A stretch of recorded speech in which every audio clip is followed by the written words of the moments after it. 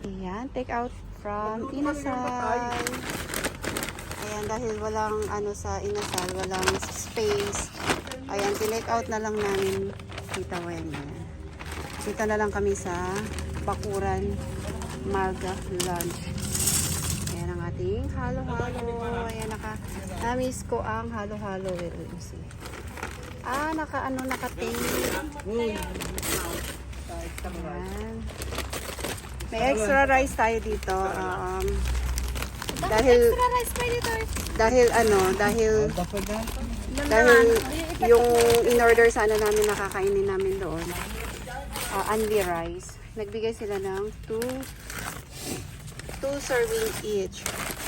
Ayan. So, 9 kami dito. Adigo, alam. Patingin ako nito. Adipupil na. Naka-tape pala siya. Kitabil mo dyan! Agora kayo pa dito na po damdamaatan. Oh, ayan. So, bali tatlo ang rice. Tatlo ang rice dahil nga for take out ang ginawa namin. So, ayan. Walang upuan. Ouch! Ang init naman. Ayan. Ayan. Dito kami sa ilalim ng puno ni Tita Wen. O, diba? Mas masaya dito. Mas presko. Ayan. Kain tayo, guys. Hindi nyo sa kimaling jasi umangi puti-puta. Pautong na wala.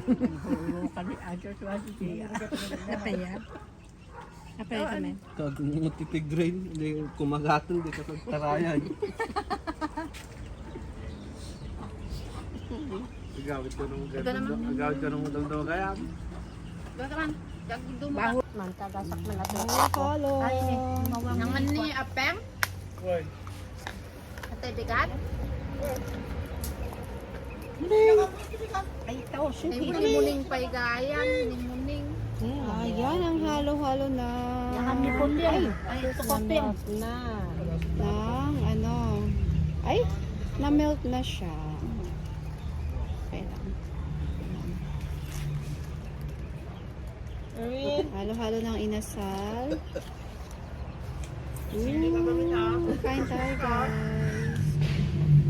Ayan, ang sarap naman. Na-melt na siya ng konti pero. Baka taluan na. Hindi nga ako dyan ang naka. Peng! Peng! Try! Muraw tinatanan ni. Peng! Amoy ayaban na penton eh.